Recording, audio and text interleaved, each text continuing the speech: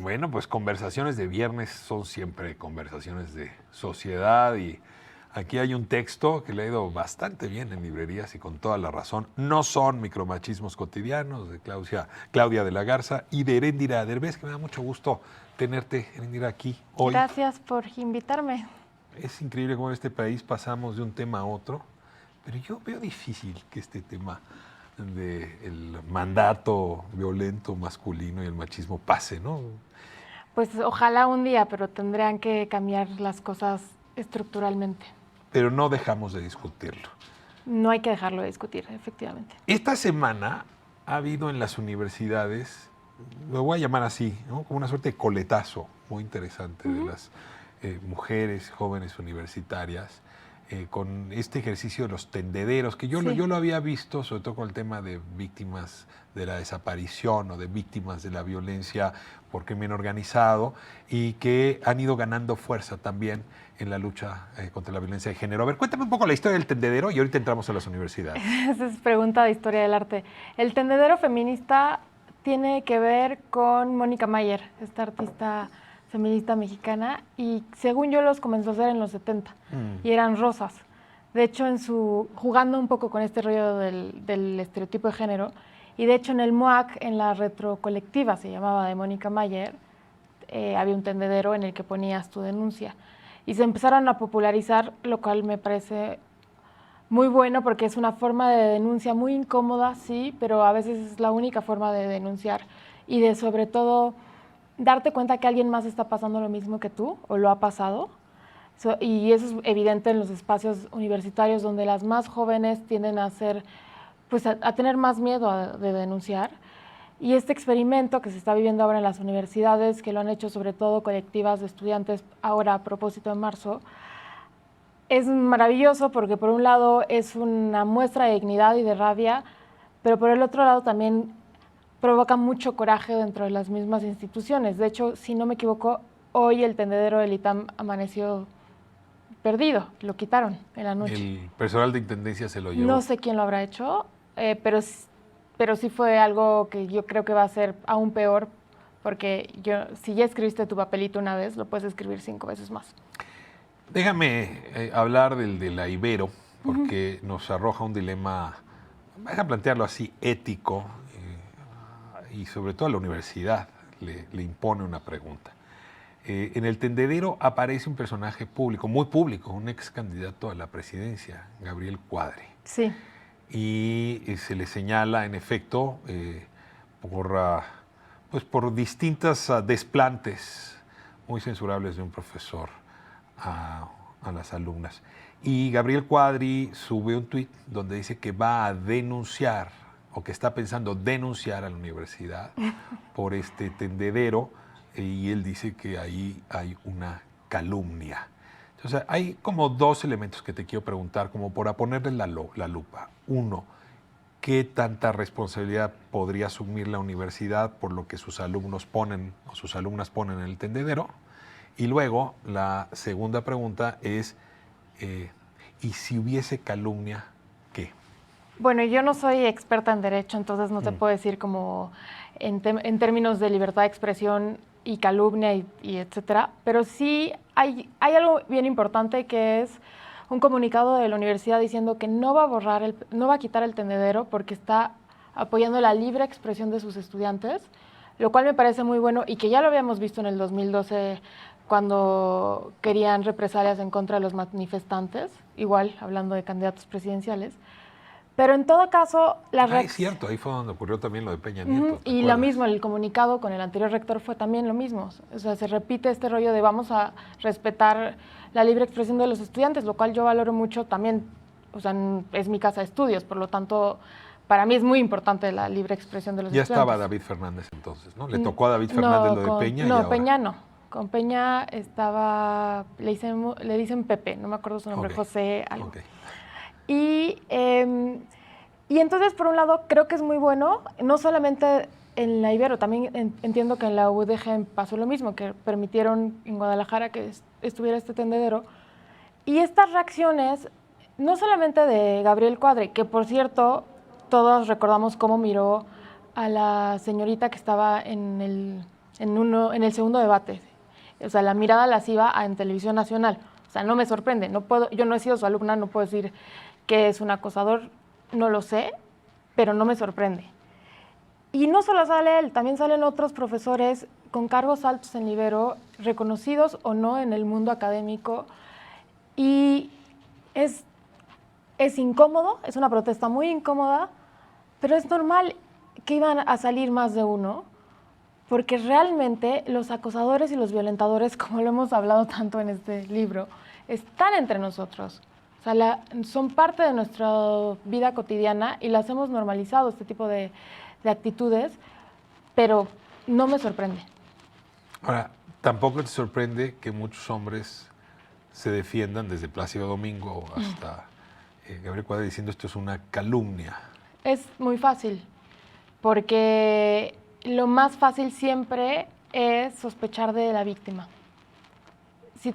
Hace unos minutos estaba escuchando el programa deportivo, que por cierto quiero felicitar a Jimena, que le dijo al señor que dio una noticia deportiva como no puedes culpar a la mujer que fue violentada de tener un acuerdo, más si es madre de 2 hijos, porque el sistema de justicia así funciona en México. Pero es eso, ¿no? O sea, siempre es mucho más fácil culpar a la víctima y protegerte entre hombres. Porque al final de cuentas, proteger a tu amigo, no decirle nada a tu compañero, cuando es violento o cuando está normalizando violencias, es parte del pacto patriarcal. El libro que hicieron Claudia y tú es un catálogo muy bien pensado para revisar estos machismos cotidianos. Sí. ¿Cómo ha ayudado a descifrar, a desentrañar en este México contemporáneo estas actitudes? Tú ya habrás tenido los frutos, déjame usar la palabra, las mieles, de que un trabajo de conocimiento y divulgación como este haya entrado en las distintas comunidades. Pues sé que ha entrado bien, de hecho ya está en su reimpresión y llevaba 3 semanas en librerías, pero pues es un libro que se mueve en un sector que puede comprar libros o puede pedirlo prestado, etcétera. No, en este momento no puedo decir que ha incidido enormemente, pero sí creo, por ejemplo, que abona y es parte y toma de un discurso que no es nuevo, pero que se está impulsando mucho, que es la no normalización de las violencias. Y entonces, la miel para mí más disfrutable es darme cuenta que somos muchas las que ya no estamos de acuerdo con tolerar, resistir todo el tiempo estas violencias sin decir nada. Y yo esperaría muchísimo que como un producto que es didáctico, que es de divulgación, tuviera influencia en más sectores no politizados. Pero lo que más deseo es que sea un libro que lean varones. ¿Es para nosotros? No, es un libro que lo pensamos para mujeres jóvenes hasta mujeres adultas, o sea, sin ningún rango de edad específico. Pero cuando lo terminamos de escribir nos dimos cuenta que es muy importante que los hombres lo lean para que dejen de reproducir estas violencias. No para que nos expliquen el libro, eso sería ya el colmo, pero sí para que, es que aunque no lo creas, me pasa. O sea, pero lo que quisiste decir con esto. Es que hoy me dijo, lo voy a leer y te va a dar mis comentarios. Un señor, y le dije, muchas gracias, justo lo que estaba esperando. Ahora, trae una serie de frases que sí obligan a la revisión de ese sistema que formamos en las comunidades, en la familia, ¿no? Traigo como pistas, estas que más me han entusiasmado esta semana, de cómo el paro nacional del lunes entró a la casa. Y entonces hay como una gran discusión entre los papás, los hermanos, ¿no? Los hijos, sobre lo que está implicando esto, ¿no? Y lo que está implicando pues una pues lo forma personal de convivir. Que es político, al final. Lo político se volvió personal. Esa impresión me da qué es lo que está pasando. Bueno, según yo creo que siempre ha sido lo personal político de alguna forma. Okay. Pero sí, sin duda ha entrado a las casas el paro porque no solo entró el paro, entraron las manifestaciones. A mí me parece verdaderamente maravilloso ver a mujeres muy jóvenes enfrentando a su a su padre, por ejemplo, y si le sabes que no estoy de acuerdo con esto, esto, esto, y en lugar de que su madre los regañe, dice, ¿sabes qué? Yo también. Hace poco leí una noticia que me pareció maravillosa de una señora de más de 70 años, si no me equivoco, que va a marchar por primera vez en su vida con su hija y con su nieta, y te cuenta la historia de su vida y te explica que su hija fue el producto de una violación en la que la obligaron a casarse con su violador, porque así fue el acuerdo legal en ese momento. Y entonces la nieta, que sabe todo esto, habla con la abuela y dice, vámonos a la marcha juntas. Eso me parece maravilloso. Me salió en Sin embargo. Yo te la paso.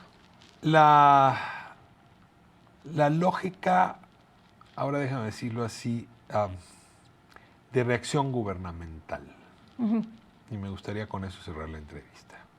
Porque aquí hay pues frases que podría uno interpretar cotidianas en la calle, un poco como decimos aquí a ras de suelo. Pero yo las he visto en el gabinete. Me ha tocado verlas en las oficinas de poder. No sé, yo no conozco ninguna oficina de poder, por oyen suerte. Los discursos. Sí, o el desinterés. A ver, cuéntame, y este es como el último contraste. Después de el nivel de sensibilidad al que te obligó una redacción, un texto tan preciso, vamos a usar ese nivel de sensibilidad como lentes. ¿Qué estás viendo en el poder? Hay un desfase generacional que es evidente. O sea, yo no creo que el gabinete per se sea misógino, por ejemplo, para nada. Yo creo que, por ejemplo, el trabajo que ha hecho el equipo de Encinas de ofrecer disculpas, por ejemplo, a la madre de Lesbi, es muy importante. En el terreno, sobre todo lo simbólico, habrá que ver qué sigue. Pero bueno, el proceso de justicia, en el caso de Lesbi, también es muy importante. Pero hay una educación que también es muy evidente en los círculos de izquierda, en el que las mujeres tienen un papel secundario siempre. Y no son las voces intelectuales, no son las voces de la razón, no son las líderes. Y entonces yo creo que de repente cuando el presidente ha dicho cosas como que son, ¿cómo dicen? Los adversarios. Los conservadores. Los conservadores. El grupo feminista es que no está, bueno, las manifestaciones feministas es que no está entendiendo que los conservadores que se han tratado de colar ahí no caben. La frase que da el presidente el Día de la Mujer, a propósito de Margarita Maza de Juárez, donde dice la participación abnegada. Repito, yo sé que voy a enojar a algunos y algunas. El compromiso abnegado de Margarita, ¿cómo lo leyeron? Es decir, yo ahí otra vez creo que hay un tema generacional. Sí, como es un tema generacional. O sea, la palabra abnegación... Sí, que no, o sea, nada más falta reinstaurar la epístola a Melchor Ocampo, o sea, no...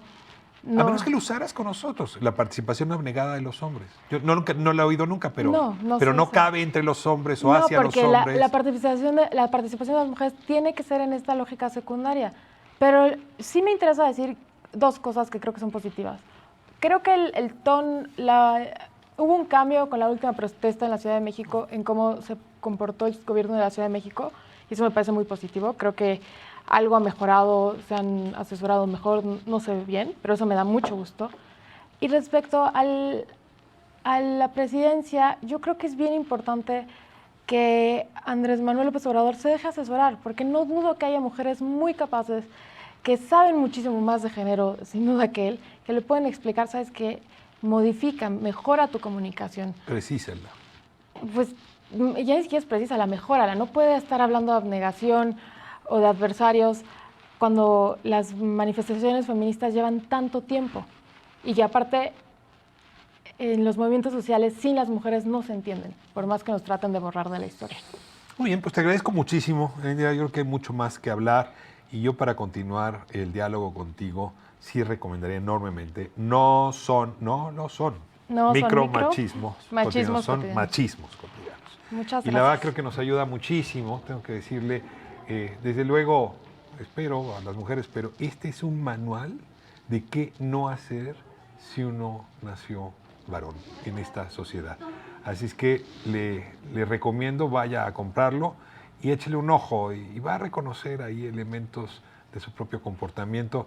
Créame, se lo comentaba hace unas semanas, es un espejo en el que yo mismo varias veces me reflejé y lamentablemente me sigo reflejando. Así es que ayudan los espejos, o usted no usa los espejos. Muchas gracias. Gracias a ti. Nos vamos. De vuelta vamos a hablar con Don Luis. Tenemos el análisis de los eventos, estos que se están cancelando, eventos deportivos sobre el coronavirus, con Luis Castillo.